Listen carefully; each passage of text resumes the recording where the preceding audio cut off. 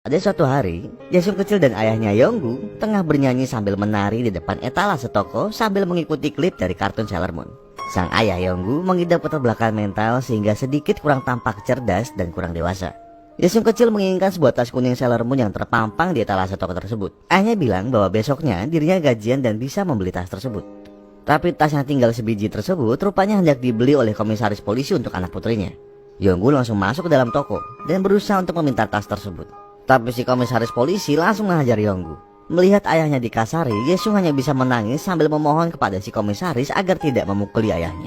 Paginya, Yonggu hendak berangkat kerja diantar oleh putrinya yang mengingatkannya untuk menjaga kesehatan dan tidak jajan sembarangan. Jaesung dan ayahnya memiliki sebuah kebiasaan. Tiap ayahnya hendak pergi, Jaesung akan menghitung sampai 3. Lalu sang ayah akan balik badan dan memasang tampang konyol yang membuat putrinya tertawa bahagia.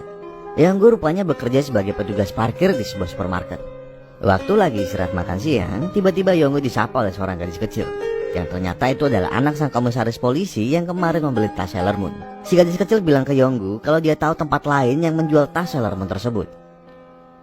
Yonggu pun mengikuti si gadis kecil ke pasar. Tapi tak lama kemudian, seorang ibu-ibu lewat dan ngeliat Yonggu yang sedang melakukan CPR ke si gadis kecil yang terbaring di aspal dengan luka di dahinya.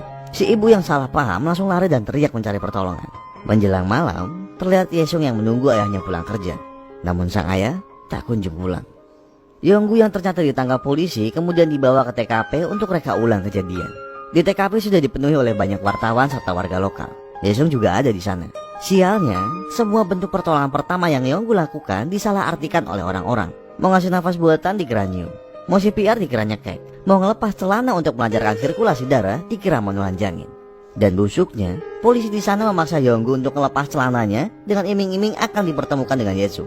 Warga yang melihat Yonggu hendak melepas celananya langsung mengamuk dan mengutuk Yonggu dengan berbagai kata makian. Salah satu warga melepas masker Yonggu dan memperlihatkan wajahnya, sehingga Jaesung langsung kaget melihat ayahnya di sana. Yonggu pun langsung dibawa kembali ke penjara, sementara Jaesung hanya bisa menangisi ayahnya yang dibawa pergi. Yonggu kemudian dimasukkan ke dalam selnya bersama 5 orang napi lainnya. Di sana ada Bong Sik, si napi pencopet blow-on, Junho, si napi penipu sok pintar, Man Bum, si napi mesum koplak, serta si bos mafia dan Seo si kakek aneh. Di situ Yonggu memperkenalkan dirinya dengan data yang lengkap, dari nama, tempat tinggal, lahir, sampai cara dia dilahirkan. Sementara napi lainnya cuma keheranan ngelihat Yonggu yang gak berhenti nyerocos.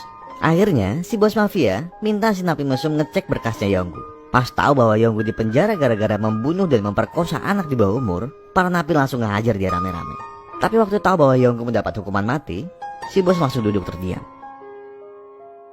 Suatu ketika di lapangan penjara, Yonggu melihat bos napi lain yang hendak menusuk bos mafia teman satu selnya Yonggu.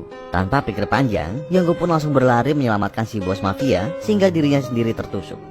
Si bos mafia merasa berutang nyawa pada Yonggu dan ingin membalas budinya dengan mengabulkan apapun yang Yonggu inginkan. Yonggu hanya menjawab, "Jaesung." Hari berganti dan terlihat para napi sedang disajikan